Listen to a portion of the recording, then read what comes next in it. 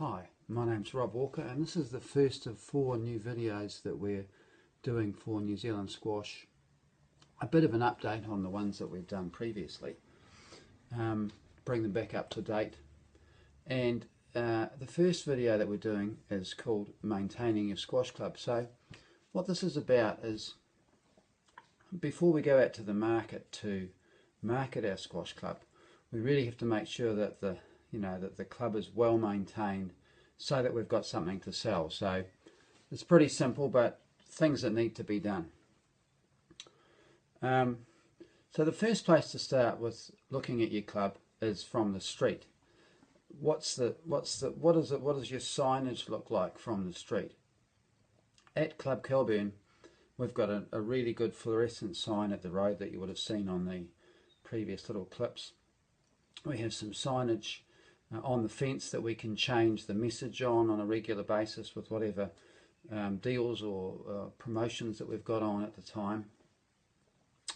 And then you come up the driveway. Now our driveway is a shared driveway, and for 10 years I've been trying to organise to get our whole car park redone, and it's actually being done as we speak. So it's a $50,000 job to get the car park done. But car park's really important to have a nice, if you can, have a nice car park that people can drive into. So we're going to have that very shortly. And then when you get to the building, really important to have good signage on the building and have the building painted well and looking sharp, because that's what they see. That's your club that they're looking at.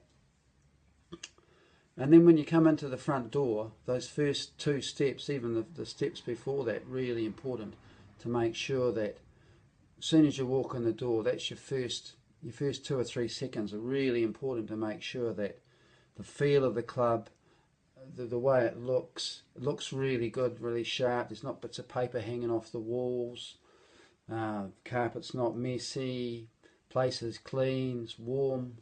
So that first 2 or 3 seconds, really important to create the right impression for your club.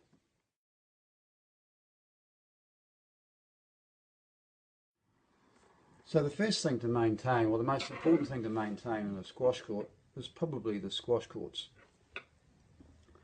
And I'll tell you what we do with our 9 courts to try and keep them playing well for our members. The most important thing obviously is the floor, and we vacuum the main courts 6 times a week, and we vacuum the ones that don't get used as much 3 times a week. We do it with a Kirby vacuum cleaner, which has got a big brush on it, so it really brushes the dust out of the crack in the floorboards, and keeps it a lot less likely to be slippery, because there's nothing worse, is there, than playing on a squash court that's got a slippery floor. So we do that. That's a very regular thing that we do, 6 times a week for the main courts and 3 times a week for the other ones.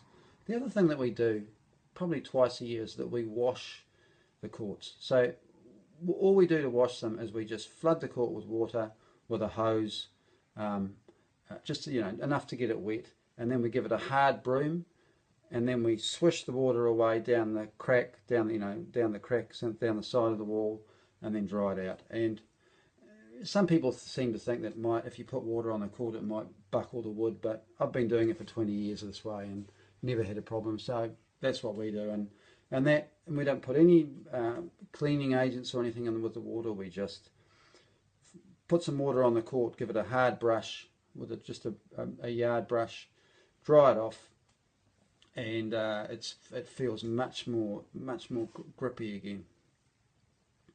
The next most important thing is obviously the lines on the court, especially the floor lines. So that's pretty easy to maintain, because you can buy your court tape from Club Kelburn. So we keep the lines looking sharp as much as we can, and that just does make the court look a lot better. Now the walls, all our walls are painted, so it's a bit different than a lot of clubs where they're plastered. So it's sort of easier and harder with painted walls. The advantage with painted walls is you can quickly get them looking good again. The disadvantage is they look bad worse. They seem to mark quicker. The other disadvantage with painted walls is, because this paint's not porous, any moisture that's floating around in the air, if the air's conducive to holding the moisture on those days that it is, you get slipperier walls quicker with paint than plaster because the water doesn't soak into the walls. But that's the way we've gone. But what we do have is we've got decent fans in the ceilings of the courts so that the damp air is getting sucked out, the hotter damp air is getting sucked out, so the air is getting replaced regularly, and that's what you need to do to stop condensation. Having dehumidifiers is a bit like having the ambulance at the bottom of the cliff. It's better than no ambulance, but you're better to try and keep the air in the right condition at the beginning. So we have painted walls. It's an ongoing process to keep them looking good, and you know, it's a expensive job, but has to be done, and we're constantly doing courts from time to time. And obviously the other main thing is your lights. So I've got an electrician, and we regularly check the tubes in all our lights. We've got tubes in our lights, and we're regularly changing those tubes that need doing, and swapping the ones out that have broken or gone out. So they are the main things with the court that you need to make sure that you keep an eye on.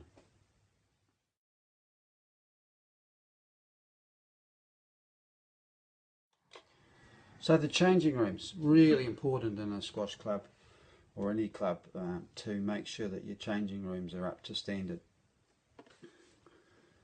So obviously we have a cleaning roster that we operate from, but I'll talk more about that later on. But in terms of the changing rooms, the most important thing is obviously that when you walk in there, that there's not really bad odours coming from them. And that can build up very quickly, and we have that problem from time to time. But so they need to be well ventilated. So you need some fans in there to make sure that the air's getting changed in there. And you might need to even block your main doors open at night from the changing room, so that the air's getting a good chance to change. Those showers need to be cleaned very, very regularly on your cleaning list, which I'll talk more about in our cleaning section. The lights need to be good. A really good thing to have is lockers. We've got lockers in all our changing rooms that people can bring their own lock and lock their gear in. Really useful. All the gyms have them, so it's a thing that people are pretty used to. So can't really overemphasize the fact that other than the courts, the next most important thing, probably at least as important actually, is the changing room, so that when people walk in there, it's up to a reasonable standard. Bearing in mind that we're competing for the leisure dollar against some really plush clubs, gym clubs and other clubs that have got really nice locker rooms. So really important to have a good look and take those rooms very seriously in terms of keeping them clean and well maintained.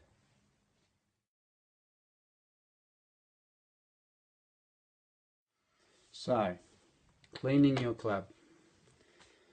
Cannot emphasise how important it is to have a clean club, and as I've got older, it's just dawned on me slowly how important the cleaning is, and I've spent more and more time and energy on trying to make sure that we keep our very large club clean.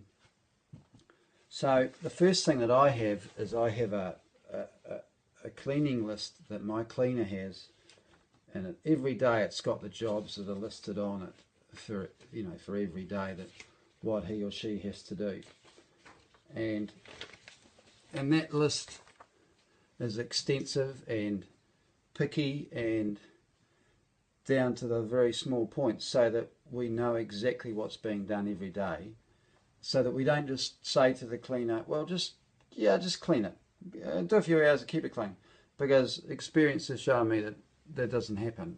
People take shortcuts. So I would really suggest that you have a list that your cleaner follows, and take your selection of your cleaner very seriously. Spend some time getting the contract right.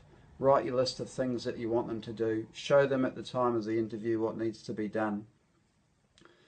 We clean our club I have a cleaner 4 hours a day, 6 days a week, and then my other 7 or 8 staff that are working in the shop in the reception area do various cleaning jobs during the day as well in the main foyer area. So it's quite extensive, and it needs to be. The other thing is who's checking what your cleaner's doing. I would suggest that in your club that you have, one person that's in charge of making sure that the cleaning's up to scratch, and it's not the person doing it, it's somebody on your committee. Because and I obviously I do it in our club, and it's really so important to have it clean. So therefore the person that you select to do it has got to be right, and they need to be checked regularly, and you need a list. And if you get the cleaning right, well then you're halfway to getting your maintenance right in your club.